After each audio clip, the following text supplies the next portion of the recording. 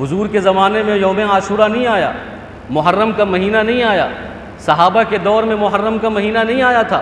تابعین کے دور میں محرم کا مہینہ نہیں آیا تھا، تبع تابعین کے دور میں محرم کا مہینہ نہیں آیا تھا، بزرگان دین کے دور میں محرم کا مہینہ نہیں آیا تھا، علماء اور صلحاء کے دور میں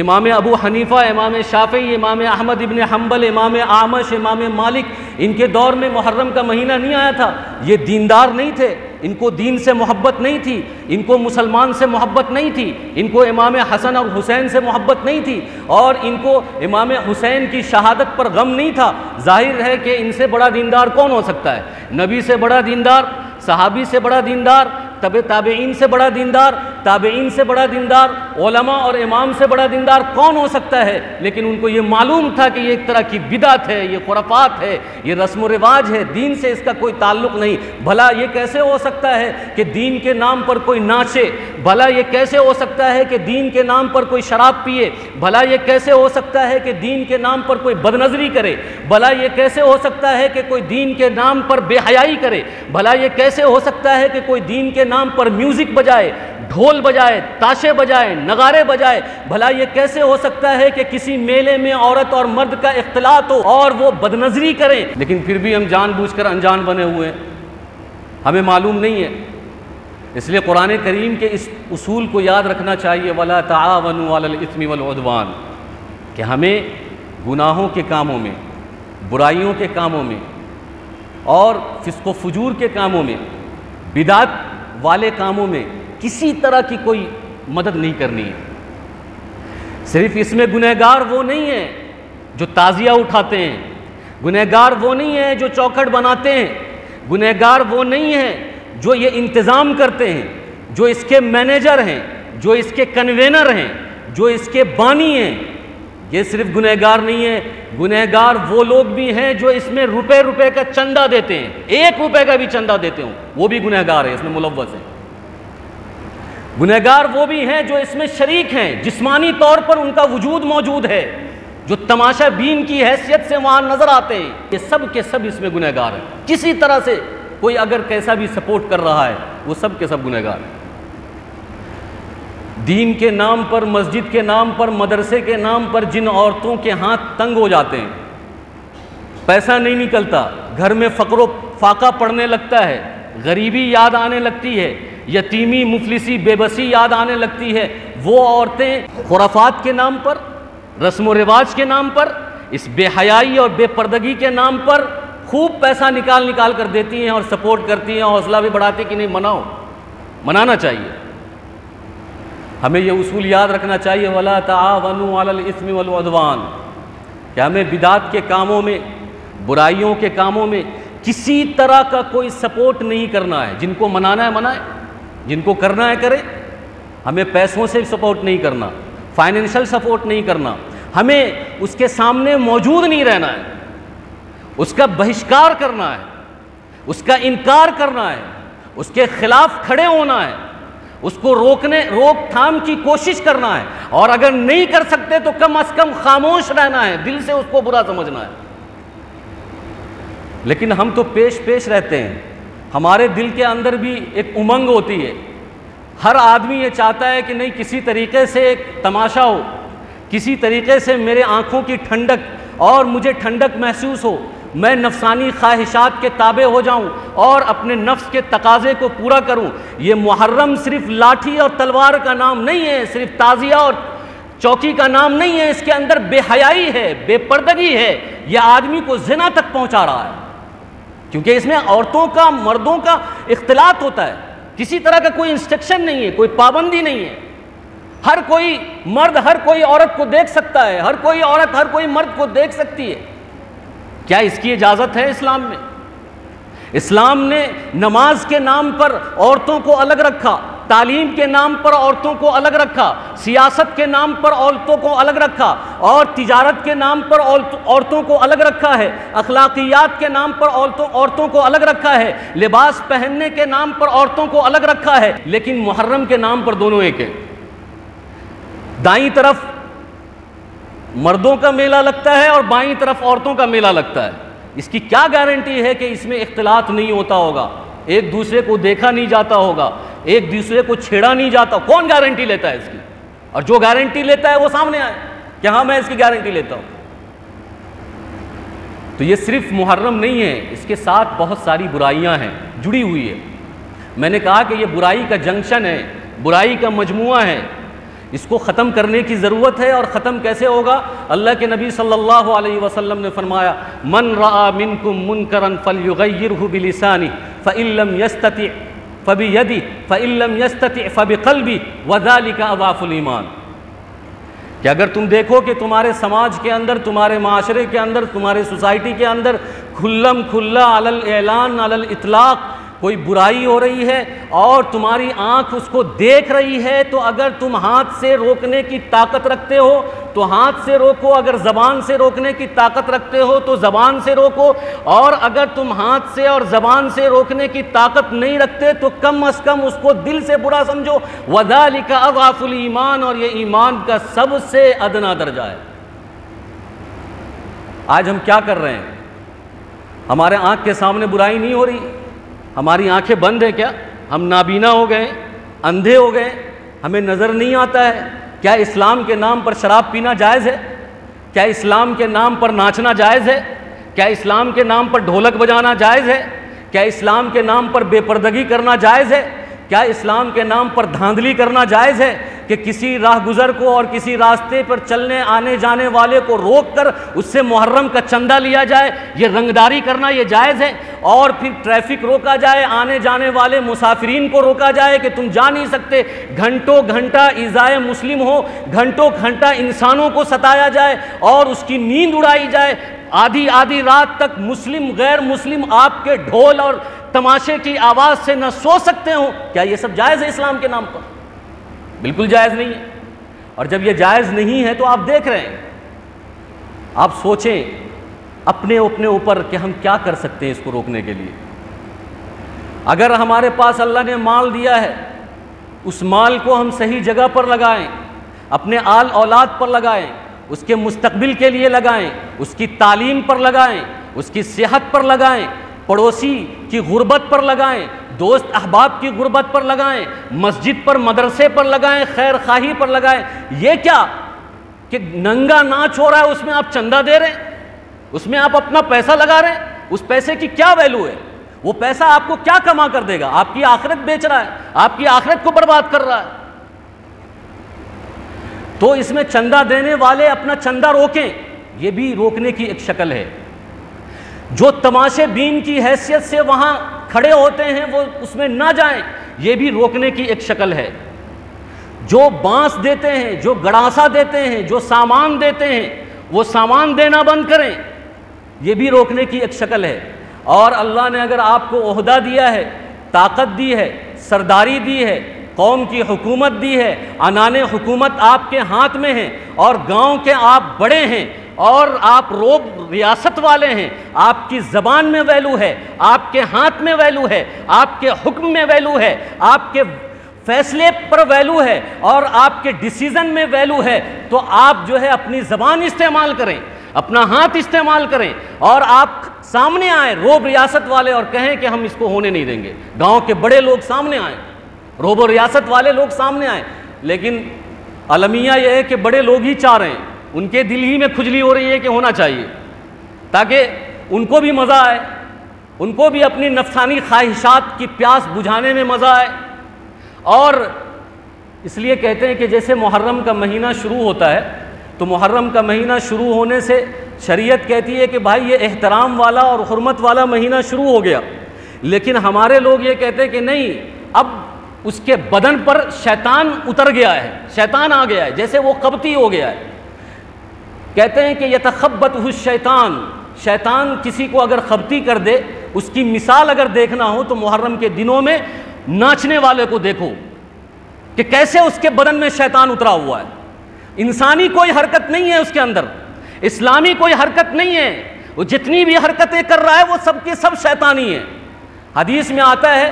کہ انسان کے بدن کے اندر شیطان خون کی طرح دوڑتا ہے، جیسے خون دوڑتا ہے نا ویسے شیطان دوڑتا ہے۔ اگر اس کی مثال دیکھنی ہو آپ کو، اگر یہ پریکٹیکل کر کے دیکھنا ہو، یہ سمجھ میں نہ آ رہا ہو، تو ان محرم بازوں کو دیکھ لیجئے کہ اس کے بدن میں اس دن خون نہیں دوڑتا، شیطان دوڑتا ہے۔ ہم کسی طریقے سے اس کو روکنے کی کوشش نہیں کر رہے۔ اللہ کے نبی صلی اللہ علیہ وسلم فرماتے ہیں اگر تمہیں طاقت ہے زبان سے روکنے کی، زبان سے روکو، اگر طاقت ہے ہاتھ سے روکنے کی، ہاتھ سے روکو، اگر نہیں کچھ کر سکتے، تم معاشرے کے سب سے حقیر آدمی ہو، غریب آدمی ہو، تمہاری نہ کوئی سنتا ہے اور نہ ہی تمہاری کوئی مانتا ہے اور نہ تمہارے ہاتھ اٹھانے کا کوئی فائدہ ہے، تو وَذَلِكَ أَضْعَفُ الْإِيمَانِ کہ اس کو دل سے برا سمجھو۔ اور اگر صرف کوئی خاموش ہو گیا اپنا پلو جھاڑنے کے لیے کہ کون پڑے گا فتنے میں، کون پڑے گا جھگڑے میں، کون پڑے گا لڑائی میں، اور کون پڑے گا یہ ہلے ہنگامے میں، کون کورٹ کچہری کرے گا اور کون کیس میں جائے گا، اس لیے خاموش رہو، اپنی نماز بہتر اور اپنا روزہ بہتر، اپنا ذکر و اذکار بہتر، نماز پڑھو، گھر جاؤ، لاک ہو جاؤ، اس کی بھی پکڑ ہوگی۔ اگر اللہ نے اس کو روکنے کی طاقت دی ہے تو روکے۔ اس لیے قرآن کریم نے کہا کہ کنتم خیر امۃ اخرجت للناس تأمرون بالمعروف وتنہون عن المنکر، کہ تم بہترین امت ہو۔ کیوں بہترین امت ہو؟ تأمرون بالمعروف کہ تم اچھائی کا حکم کرتی ہو، وتنہون عن المنکر اور برائیوں سے روکتی ہو۔ صرف اچھائی کا حکم کرنا یہ دین نہیں، دونوں ملانا دین ہے۔ اچھائی کا حکم ایک طرف ہونا چاہیے، برائی سے روکنا ایک طرف ہونا چاہیے، تو ہم اچھے امت ہیں۔ اسی وجہ سے اللہ نے ہماری تعریف کی ہے، اسی وجہ سے ہمیں یہ تمغہ امتیاز ملا ہے کہ ہم سب سے بہترین امت ہیں، کہ ہم اچھائی کا حکم کرتے ہیں، اپنے بھائیوں کو نیکی کی طرف بلاتے ہیں، اور جب ہمارا کوئی بھائی برائی میں پڑا ہوتا ہے تو ہم اس کو برائیوں سے روکنے کی بھی کوشش کرتے ہیں۔ ہم اس کو بتاتے ہیں کہ یہ برا ہے، یہ زنا، یہ شراب نوشی، یہ ناچ گانا، یہ ہلہ ہنگامہ، یہ بدعت، یہ خرافات، یہ رسم و رواج، یہ برا ہے، یہ ہمیں روکنا ہے۔ اگر اللہ نے مال دیا ہے مال سے روکے، اللہ نے روب دیا ہے روب سے روکے، اللہ نے زبان دی ہے زبان سے روکے، اللہ نے سیاسی طاقت دی ہے سیاسی طاقت سے روکے، اللہ نے جو حیثیت سے ہمیں نوازا ہے اور اس حیثیت سے اگر ہم روک سکتے ہیں تو اس حیثیت سے روکیں۔ یہ ہمارا ایمانی فریضہ ہے، اسلامی فریضہ ہے۔ اور اگر ہم ایسا نہیں کرتے تو قرآن کریم کہتا ہے کہ اگر جو لوگ گھنے شیطان ہوتے ہیں، جن کے آنکھوں کے سامنے برائیاں ہوتی رہتی ہے، وہ اپنا پلو جھاڑتے رہتے ہیں، تو ایسے لوگوں پر اللہ کی لعنت برستی ہے۔ لُعِنَ الَّذِينَ كَفَرُوا مِن بَنِي إِسْرَائِيلَ عَلَى لِسَانِ دَاوُودَ وَعِيسَى ابْنِ مَرْيَمَ ذَلِكَ بِمَا عَصَوا وَكَانُوا يَعْتَدُونَ كَانُوا لَا يَتَنَاهَوْنَ عَن مُنكَرٍ فَعَلُوهُ لَبِئْسَ مَا كَانُوا يَفْعَلُونَ کہ حضرت عیسیٰ علیہ السلام کی زبان سے لعنت دی گئی، داؤد علیہ السلام کی زبان سے بنی اسرائیل پر لعنت بھیجی گئی۔ کیوں بھیجی گئی؟ کانوا لا یتناہون عن منکر فعلوا کہ وہ بری باتوں سے اپنی قوم کو روکتے نہیں تھے، وہ بری باتوں سے اپنے قوم کو بچاتے نہیں تھے۔ قرآن کریم نے دوسری جگہ کہا وَلَقَدْ عَلِمْتُمُ الَّذِينَ اعْتَدَوْا مِنْكُمْ فِي السَّبْتِ فَقُلْنَا لَهُمْ كُونُوا قِرَدَةً خَاسِئِينَ کہ بنی اسرائیل کے ایک گروہ کو ہم نے عذاب کے طور پر بندر بنا دیا، ذلیل بندر بنا دیا۔ مفسرین نے لکھا ہے کہ بنی اسرائیل کی اس وقت 3 جماعت تھی۔ ایک جماعت وہ کہ اللہ تبارک و تعالیٰ نے اس کو ہفتے کے دن مچھلی پکڑنے سے، سنیچر کے دن مچھلی پکڑنے سے روکا تھا، لیکن وہ اللہ کی بات نہیں مانتے تھے اور ضرور مچھلی پکڑا کرتے تھے۔ ایک جماعت وہ تھی جو مچھلی نہیں پکڑتے تھے لیکن اپنی قوم کو مچھلی پکڑنے سے روکتے بھی نہیں تھے۔ ایک جماعت وہ تھی جو مچھلی نہیں پکڑتے تھے اور اپنی قوم کو مچھلی پکڑنے سے روکتے تھے۔ تو اللہ تبارک و تعالیٰ نے 2 جماعت کو، جو مچھلی پکڑتے تھے اور جو مچھلی پکڑنے سے روکتے نہیں تھے، ان دونوں گروہ کو بندر بنا دیا، ذلیل بندر بنا دیا۔ وَلَقَدْ عَلِمْتُمُ الَّذِينَ اعْتَدَوْا مِنْكُمْ فِي السَّبْتِ فَقُلْنَا لَهُمْ كُونُوا قِرَدَةً خَاسِئِينَ۔ قرآن کریم کی تیسری آیت ہے فَلَمَّا نَسُوا مَا ذُكِّرُوا بِهِ أَنْجَيْنَا الَّذِينَ يَنْهَوْنَ عَنِ السُّوءِ وَأَخَذْنَا الَّذِينَ ظَلَمُوا بِعَذَابٍ بَئِيسٍ بِمَا كَانُوا يَفْسُقُونَ کہ جب بنی اسرائیل کی قوم اللہ کی آیتوں کو، اللہ کے فرمان کو بھول کر لہو و لعب میں اور غلط چیزوں میں پڑی رہی تو اللہ تبارک و تعالیٰ نے ان لوگوں کو نجات دیا۔ نجینا الذین عن السوء کہ جن لوگوں نے برائی سے اپنی قوم کو روکا تھا ان کو نجات دیا، ان کو بچا لیا۔ باقی سب کو برباد کر دیا، ہلاک کر دیا، عذاب علیم میں گرفتار کر دیا۔ اس لیے میرے محترم بزرگوں، دوستو، قرآن کریم کی یہ ساری آیتیں ہمیں اس بات کی طرف تعلیم دیتی ہے، ہمیں یہ بتاتی ہے کہ اگر ہمارے سماج کے اندر کوئی برائی ہو رہی ہو، ہماری آنکھیں اس کو دیکھ رہی ہیں، ہمارا دل اس کو محسوس کر رہا ہے، تو ہم قدم آگے بڑھائیں، ہم اس کو روکنے کی جو سبیل کر سکتے ہیں، ہم اس کو روکنے کا جو راستہ اپنا سکتے ہیں جو بہتر سے بہتر ہو، جو اچھا سے اچھا ہو، اس میں کوئی فتنہ نہ ہو، کوئی فساد نہ ہو، کوئی جھگڑا نہ ہو، اگر ایسا کوئی راستہ ہم اپنا سکتے ہیں اس کو روکنے کا، تو ہم ضرور آگے آئیں اور اپنی اہلیت کا، اپنی غیرت کا، اپنی حیثیت کا ثبوت دیں اور اس برائی کو جڑ سے ختم کریں، اس برائی کو ہم مٹائیں۔ نہیں تو اللہ کے نبی صلی اللہ علیہ وسلم نے فرمایا کہ اگر لوگ نہی عن المنکر نہیں کریں گے، لوگوں کو برائی سے نہیں روکیں گے، اور وہ صرف اپنی نماز اور اپنی عبادت پر اکتفا اور بھروسہ اور اعتماد کریں گے، اسی کو کافی سمجھیں گے کہ بھائی میرا گھر، میری نماز، میری مسجد، میرا بچہ بس میرے لیے کافی ہے، مجھے برائی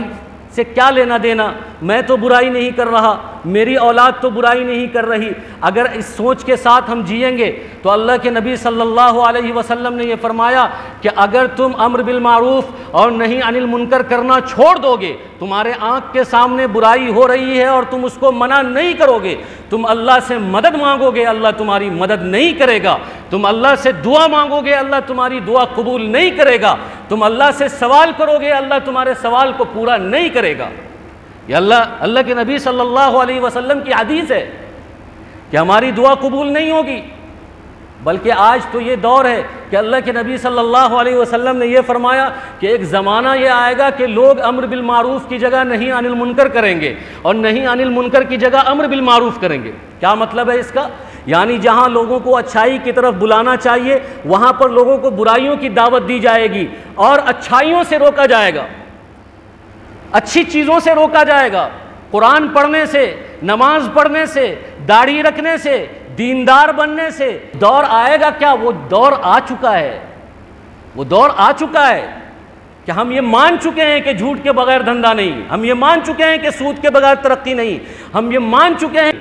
ہم داڑھی نہیں رکھیں گے تو عزت ہوگی، داڑھی رکھیں گے تو عزت نہیں ہے۔ لوگ ہمیں کہیں گے بہت قدیم زمانے کا آدمی ہے، دقیانوس ہے، پرانے خیالات کا ہے، اور بہت جو ہے اس کا ذہن تنگ ہے، دماغ تنگ ہے اور سوچ تنگ ہے، ایسے لوگ ہم پر طعنہ دیں گے۔ یہ دور آ چکا ہے کہ جہاں پر یہ کہنا چاہیے کہ بھائی سود کو ختم کرو، جھوٹ کو ختم کرو، دینداری پر آؤ، سچائی پر آؤ، امانت دانی پر آؤ، ایمانداری پر آؤ، تو یہ اس کی دعوت ختم ہو گئی ہے۔ آپ بولتے ہیں بے ایمان بن جاؤ، سود لو، جھوٹ بولو، داڑھی کٹاؤ اور دین سے دور ہو جاؤ، یہ دعوت چلائے جا رہا ہے، گھر گھر میں سماج کے لوگ دعوت چلا رہے ہیں۔ آج وہی دور ہے، لیکن ہمیں ایسا نہیں بننا ہے۔ اگر ہم چاہتے ہیں کہ ہم ان لوگوں کے عذاب میں گرفتار نہ ہوں، کیونکہ اللہ تبارک و تعالیٰ فرماتے ہیں وَتَعَاوَنُوا عَلَى الْبِرِّ وَالتَّقْوَى وَلَا تَعَاوَنُوا عَلَى الْإِثْمِ وَالْعُدْوَانِ وَاتَّقُوا اللَّهَ إِنَّ اللَّهَ شَدِيدُ الْعِقَابِ، کہ اگر تم نے ایسا کیا کہ جہاں پر کسی کی مدد کرنی چاہیے نیک کاموں میں وہاں پر مدد نہیں کی، اور جہاں پر مدد نہیں کرنی چاہیے وہاں پر تم نے فائنینشل یا جسمانی، مالی، معیشت یا جس روب و ریاست کے ساتھ تم نے اس کی مدد کی نہیں کرنا چاہیے کیونکہ برائی کا کام ہے، تو واتقوا اللہ، اللہ سے ڈرو، ان اللہ شدید العقاب، اللہ سخت عذاب دینے والا ہے، اللہ سخت پکڑ کرنے والا ہے۔ لوگ یہ کہتے ہیں کہ غافر الذنب وقابل التوب، کہ اللہ تو توبہ قبول کرنے والا ہے، اللہ تو گناہوں کو معاف کرنے والا ہے، اللہ تو بڑا رحیم ہے، الرحمن الرحیم۔ یہ گناہ کرنے والوں کو یہ آیتیں یاد رہتی ہیں کہ الحمدللہ رب العالمین الرحمن الرحیم قابل التوب، کہ اللہ توبہ قبول کرنے والا ہے، اللہ تو بہت رحم کرتا ہے، 70 ماہوں سے زیادہ رحم کرتا ہے، اللہ تو اپنے بندوں کو دوزخ میں نہیں ڈالنا چاہتا، جنت میں لے جانا چاہتا ہے۔ لیکن یہ بندہ کیوں بھول جاتا ہے کہ اللہ عذاب علیم بھی ہے، اللہ شدید العقاب بھی ہے۔ جہاں پر یہ آیا کہ قابل التوب، تو اس کے آگے کی آیت ہے ان گناہ گاروں کے لیے، ان فاسقوں کے لیے، ان بدعتیوں کے لیے اور اس طرح کے سوال کرنے والوں کے لیے کہ قابل التوب شدید العقاب، کہ اللہ اگر توبہ قبول کرنے والا ہے تو اللہ شدید العقاب بھی ہے، اللہ پکڑ بھی کرنے والا ہے، اور اللہ جب پکڑ کرتا ہے اللہ کی پکڑ کو کوئی چھڑا نہیں سکتا۔ اللہ جب کسی کو پکڑتا ہے تو مہلت نہیں دیتا، اس کو پانی پینے کی مہلت نہیں دیتا، وہ چٹکی میں عرش سے فرش پر آ جاتا ہے، پتہ بھی نہیں چلتا کہ کیا ہوا اس کے ساتھ۔ اور یہ ایک طرح کا عذاب ہے کہ آدمی گناہ کرتا رہتا ہے، گناہ کرتا رہتا ہے، اللہ کی پکڑ نہیں آتی، تو شریعت میں اس کو استدراج کہتے ہیں، اس کو عذاب کہتے ہیں، عذاب۔ استدراج کا معنی مفسرین نے، محدثین نے یہ کیا ہے، اگر کوئی سینہ چوڑا کر کے یہ کہتا ہے کہ ارے میں تو دارو بھی پیتا ہوں، میں تو شراب بھی پیتا ہوں، میں تو زنا بھی کرتا ہوں، میں تو بدکاری بھی کرتا ہوں، میں تو سود بھی کھاتا ہوں، میں تو جھوٹ بھی بولتا ہوں، میں تو بے ایمانی بھی کرتا ہوں، لیکن میرے پاس محل ہے، میرے پاس گاڑی ہے، میرے پاس سب کچھ ہے، دنیا کی آسائش اور آرائش کی ساری چیزیں، اللہ تو میرا کچھ نہیں بگاڑ رہا، کچھ نہیں، سب کچھ ہے میرے پاس، ہر چیز ہے۔ تو ایسے لوگوں کے لیے ہے استدراج۔ اللہ کہتا ہے کہ جو لوگ اللہ کی نافرمانی کرتے ہیں، علل اعلان اللہ کی نافرمانی کرتے ہیں، اللہ کا عذاب اگر اس کے پاس نہیں آ رہا تو یہ خود ایک عذاب ہے۔ اللہ کی پکڑ فوراً آ گئی، ہم نے گناہ کیا فوراً پکڑ آ گئی، یہ بہت اچھی بات ہے کہ گناہ کیا اور پکڑ آ گئی، لیکن ایک آدمی گناہ کر رہا ہے، گناہ پر گناہ کر رہا ہے، لیکن اس کو رخصت مل رہی ہے، وسعت مل رہی ہے، وہ گناہوں میں ڈوبا جا رہا ہے، سمندر بن گیا گناہ کے اندر، اور پھر بھی اس کا کچھ نہیں بگڑا۔ یہ عذاب میں سب سے تگڑا اور سب سے بھاری عذاب ہے، کیونکہ ایک نہ ایک دن پکڑ ہونی ہے، وہ تو پکڑ ہونی ہے ایک نہ ایک دن، لیکن جب پکڑ ہوگی تو پانی مانگے گا، پانی نہیں ملے گا۔ جب پکڑ ہوگی تو اس کو سمجھ میں نہیں آئے گا کہ کیسے ہم عرش سے سیدھے فرش پر آ گئے، اتنا اونچائی سے سیدھے نیچے ہم زمین سے دھڑام سے گرے، اس کو سمجھ میں نہیں آئے گا۔ اس لیے میرا محترم بزرگوں، دوستو، ہمارا ایمانی فریضہ، ہمارا اسلامی فریضہ، ہمارا اخلاقی فریضہ، ہمارا سماجی فریضہ، ہمارا انسانی فریضہ یہ ہے کہ ہم اس طرح کی برائی کو بائیکاٹ کریں، سوشل بائیکاٹ کریں، ہم اس کو روک تھام کرنے کی کوشش کریں، ہم اس کو ہلکا کرنے کی کوشش کریں، لیکن اگر ختم نہیں ہو پا رہا تو دھیرے دھیرے جو چیزیں ختم ہو سکتی ہیں اس کو ہم ختم کریں۔ جو ہمارے دل کو قبول ہوتا ہے کہ نہیں یہ نہیں ہونا چاہیے، ہمارا ذہن کہتا ہے کہ یہ نہیں ہونا چاہیے، یہ سب چیزیں اسلام کا حصہ نہیں ہیں، تو کم از کم وہاں سے ہم شروعات کریں، اس کو دھیرے دھیرے ہم ختم کریں، اپنے سماج کو اس ظلم سے، اس برائی سے، اس دلدل سے، اس بدعت سے، اس رسم و رواج سے، اس خرافات سے۔ یقین مانیے کہ مجھے کبھی کبھی ایسا لگتا ہے آنے والے دنوں میں کہ میں کسی غیر مسلموں کے محلے میں گھوم رہا ہوں، لگتا ہی نہیں ہے کہ مسلمانوں کا محلہ ہے، ایسا لگتا ہے کہ ابھی یہ نومی جو آنے والی ہے یہ نومی نہیں، یہ رام نومی ہے، وہ آ رہا کل، یہ نومی نہیں ہے جس کو نومی محرم کہا جاتا ہے۔ ایسا لگتا ہے یہ کیسے خیالات ہیں، یہ کیسے احساسات ہیں، یہ کیسے جذبات ہیں، ہمارا دل روتا نہیں ہے، ہمیں ذرا سا بھی ہمارے دل کا رونگٹا اور بدن کا رونگٹا کھڑا نہیں ہوتا کہ جو لوگ ہماری مسجد کی توہین کرتے ہیں، قرآن کی توہین کرتے ہیں، نبی کی توہین کرتے ہیں، اگر غیر ہوتے ہیں تو ہم احتجاج کرتے ہیں، روڈ پر آ جاتے ہیں، جلوس نکالتے ہیں، اس کے خلاف کورٹ جاتے ہیں، کیس کرتے ہیں، مقدمہ چلتا ہے کہ نہیں اس نے ہمارے نبی کے شان میں گستاخی کی، قرآن کی آیت کے ساتھ گستاخی کی اور شریعت کے ساتھ گستاخی کی، غیر ہے تو ہمارا یہ رویہ ہے۔ اور جب ہمارے ہی قوم کے لوگ جو ہمارے ہیں وہ خود قرآن کی توہین کریں، وہ خود دین کی توہین کریں، وہ خود جو ہے دین کا جنازہ اکھاڑے کے نام پر اٹھائیں، دین کا جنازہ تعزیہ کے نام پر اٹھائیں، دین کا جنازہ چوکھٹ کے نام پر اٹھائے، ہمارے سر میں جوں تک نہیں رینگتا، ہمارے جسم کا ایک بال کھڑا نہیں ہوتا، یہ کیسی ناانصافی ہے۔ غیر کرتا ہے، اب کورٹ پہنچتے ہیں، احتجاج کرتے ہیں، لیکن جب اپنا کوئی دین کا جنازہ نکالتا ہے اور شریعت کو دباتا ہے، بدنام کرتا ہے اور ایسی ایسی حرکتیں کرتا ہے کہ مسلم تو چھوڑو غیر مسلم بھی وہ حرکتیں کرنے کے لیے تیار نہیں ہے، ایسی حرکتیں محرم کے نام پر کرتا ہے، پھر بھی ہم ایک جھوٹ نہیں ہوتے، متحد نہیں ہوتے، اس کو ختم کرنے کی کوشش نہیں کرتے، اس کو روک تھام کرنے کی کوشش نہیں کرتے۔ اس ایمان کے ساتھ ہمیں جنت مل جائے گی، اس ایمان کے ساتھ ہماری قبر کشادہ ہو جائے گی، اس ایمان کے ساتھ ہم بڑے مسلمان والے لیول لے کر گھوم لیں گے، ایسا ہرگز نہیں ہو سکتا ہے۔ اپنے ایمانی غیرت کو پیدا کریں۔ جب کوئی غیر ہمارے ایمان اور اسلام کے خلاف کوئی سازشیں کرتا ہے تو ہمارے دل میں درد ہوتا ہے، تو اپنا بھی اگر کوئی ایمان اور اسلام کو بدنام کرنے کی کوشش کرے، اس کی شریعت کو مسخ کرنے کی کوشش کرے، اس کی شریعت کو مٹانے کی کوشش کرے تو ہمارے دل میں درد ہونا چاہیے، اور جیسے درد ہو ہم آگے بڑھیں، ہم اس کو روک تھام کی کوشش کریں۔ اللہ تبارک و تعالی ہم سب کو کہنے سننے زیادہ عمل کی توفیق عطا فرمائے۔ آمین۔ وآخر دعوانا الحمدللہ رب العالمین۔